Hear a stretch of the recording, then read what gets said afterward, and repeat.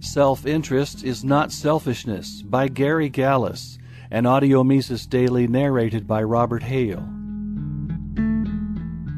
Market relationships are constantly criticized as selfish or greedy, with rewards to selfishness rendering them ethically damaging. As Friedrich Hayek put it, the belief that individualism approves and encourages human selfishness is one of the main reasons why so many people dislike it. End quote. However, that charge is false. Markets do involve self-interested people jointly advancing their goals, often without even knowing one another, but pursuing one's self-interest is not the same as being selfish. People have diverse interests. Economists assume that individuals are self-interested. That simply means that there are some things that each person cares about, and some ends matter more to them than to others. Its consequence is that each person would prefer command over, i.e., the power to decide about the use of, more resources rather than fewer, because that allows us to advance whatever ends we value more effectively than we could otherwise. But valuing command over the disposition of more resources is not a monomaniacal focus on oneself. Hayek understood this confusion, writing that, quote, "If we put it concisely by saying that people are and ought to be guided in their actions by their interests and desires, this will at once be misunderstood or distorted into the false contention that they are or ought to be exclusively guided by their personal needs or selfish interest, while what we mean is that they ought to be allowed to strive for whatever they think is desirable." End quote. If all a person cared about was limited to himself or herself, that person's self-interest could be equated with selfishness.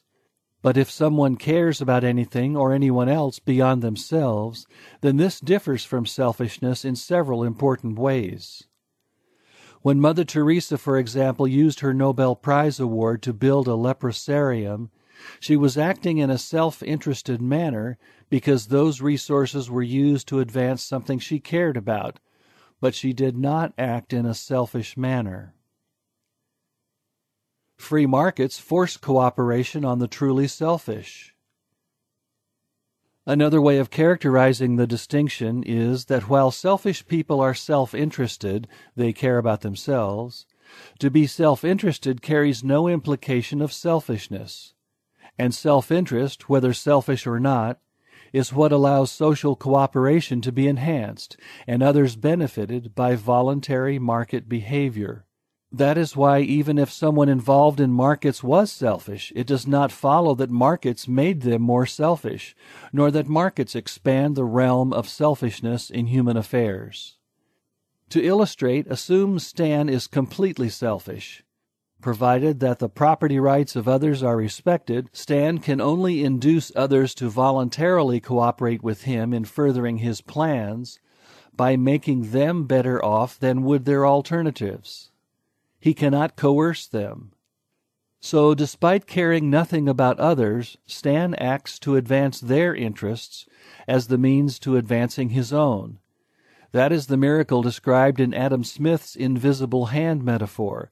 Even if someone was selfish, he still has incentives to benefit others by better cooperating with them and improving their options. We can't ignore what the good people do with their money. The selfishness criticism of market behavior is also enabled by focusing analytical attention only on the market exchanges taking place. In such a narrow view, there is no analytical difference between selfishness and self-interest, allowing people to simply overlook evidence disapproving universal selfishness. However, if we consider people's behavior beyond a microscopically narrow focus on market exchanges, we see vast differences for non-selfish behavior, from caring for families and friends, to giving hundreds of millions of hours and hundreds of billions of dollars to charity, to random acts of kindness. Virtually everyone exhibits some generosity. and the potential for manifesting individuals' generous spirits is expanded, not contracted, by the mutual benefits markets provide. Adam Smith put this issue well in the Theory of Moral Sentiments, arguing that how selfish so every man may be supposed, there are evidently some principles in his nature which interest him in the fortune of others, and render their happiness necessary to him, though he derives nothing from it except the pleasure of seeing it. And far from endorsing narrow selfishness, he concluded that to restrain our selfish and to indulge our benevolent affections constitutes the perfection of human nature. In other words, our self-interest includes the development of our benevolent nature. The so-called father of economics rejected the selfishness market critics insist they are built upon, both as a general presumption and as a part of a good human life. It is clear that market participants cannot be adequately characterized as motivated by greed. So, what explains such false attacks? The attacks come when some people think their preferences should override the preferences of property owners and owners' control of their own property, yet they are unable to get the owner's voluntary consent. So, such owners and ownership must be demeaned, and then self-defined reformers can impose their preferences on owners without noticing it puts their own greed on obvious display. The Mises Institute hopes you have enjoyed this audio Mises Daily. For a world of free market literature, media, and discussion, visit Mises.org.